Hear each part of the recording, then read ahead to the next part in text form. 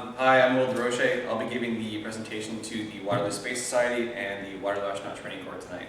Before I start giving the leadership lecture, I'm going to hand out these Principles of Leadership cards, which I printed up for today. Keep these with you. You can put them in your wallet, and they contain some of the principles of leadership, which we'll talk about today.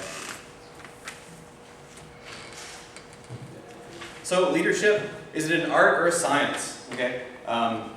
There's two different opinions on this. Either one that you are born with natural talent and you can only learn so much, and others see it as a science where if you learn rules and proper sequencing, it can all fall into place. But elements of both are correct. Leadership is an art, but it also has a strong scientific component. To lead effectively, you must develop your talent and learn some rules. Okay? Here's a definition of leadership. This is my favorite one.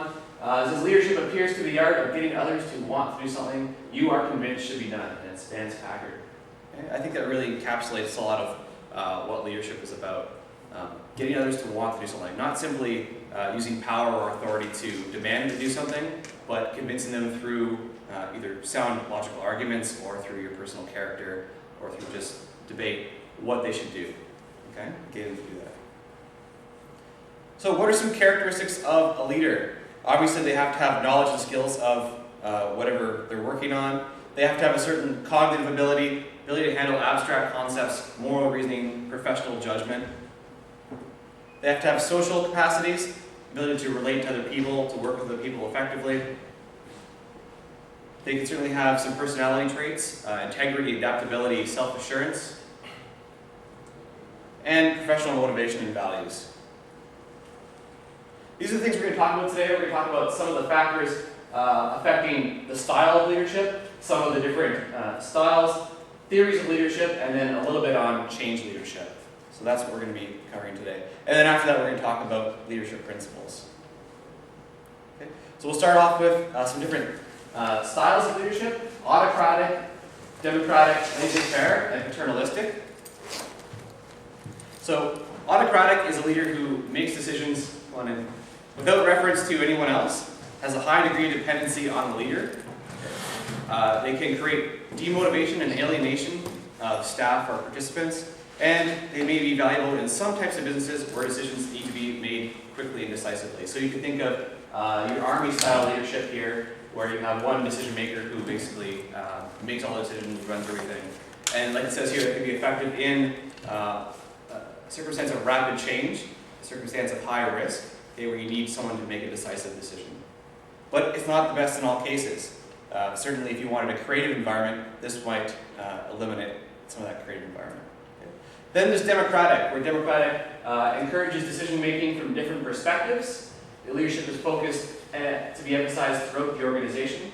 Okay. There's two types of democratic leadership. There's consultative and persuasive. The consultative is a process of consultation before decisions are made. So you can think about everyone getting together in a room, talking about the various issues, and then making up a decision as a whole in a democratic process.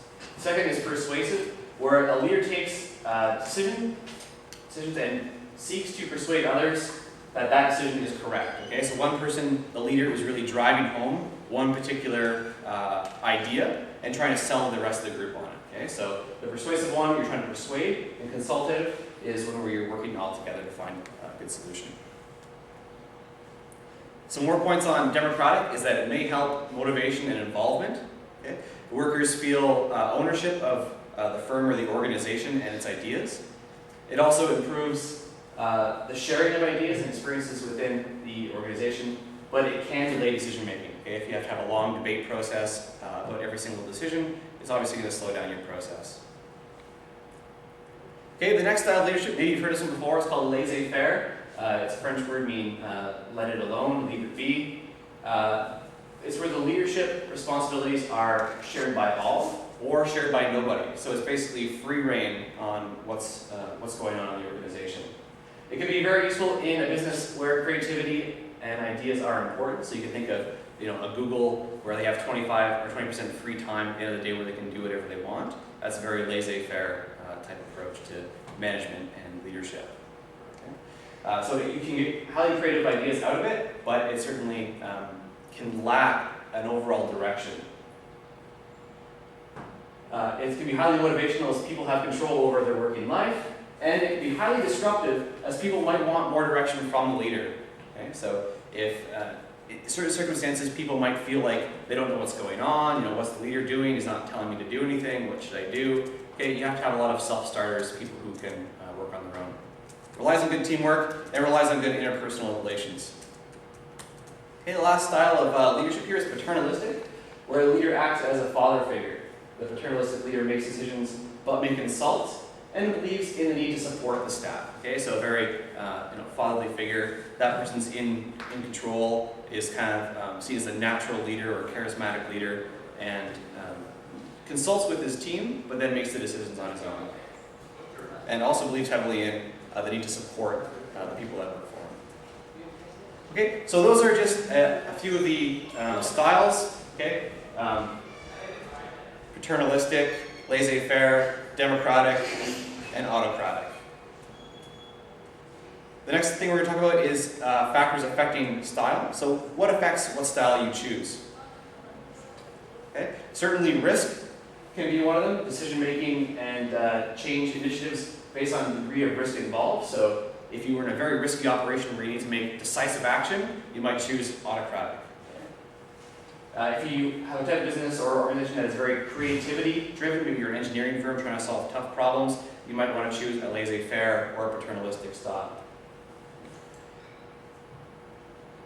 And certainly, organizational culture may be long embedded and difficult to change. We're going to talk a bit about change leadership a little bit later. Okay, let's look at some of these theories. And these theories are really neat. One question you get is, why do I need to learn anything about the theory of leadership? Can't I just go out there and learn anything experientially? Well, certainly you can. You learn a lot from experience. But if you understand some of the basic underlying concepts in leadership, you can then choose, I want to use this approach. I want to use this approach. And just think about what you want to accomplish before you set yourself about that task. So these are the theories of leadership. There's the trait theory, transformational, behavioral, contingency, invitational, and transactional. Okay, those are the different theories we're talking about. So trait theory says that there is a specific set of traits that is required by a leader. It's something about their personality. It talks about the dominance of and personal presence in that person. The person has a lot of charisma. The leader has self-confidence, has great achievements, and the ability to formulate a clear vision. Now, different leaders, different situations might have different traits, but trait theory says you want to be a leader in this, you have to have these traits. Okay? It is interesting to think about in some circumstances as to what traits you should try and develop in yourself if you want to be a leader. Certainly being self-confident, developing a certain sense of charisma, and developing a friendly personality are things that can help you as a leader. But this is by no means the be-all and end-all. Okay? Behavioral theory implies that leaders can be trained, and it focuses on ways of doing things. So it's structure-based. Behavioral theories focus on the leader instituting structures, it's task-oriented, and there's also relationship-based behavioral theories. They focus on the development and maintenance of relationships. Okay? So behavioral leadership theory says that you should behave in a certain way and to be a leader. And if you were following this approach and you were training a leader, you would say, okay, we're going to look at the underlying structures involved in the process. Who's in charge? What does the structure look like? How do people relate to one another? What are the tasks that each person in the particular team does? Okay? And the relationship one says, okay, this is the leader. We want to train this person as a leader. How do we get them to develop the relationships with other people? Okay? So trait theory says leaders have certain traits. Behavioral theory says leaders can be trained, and we're going to train them in a specific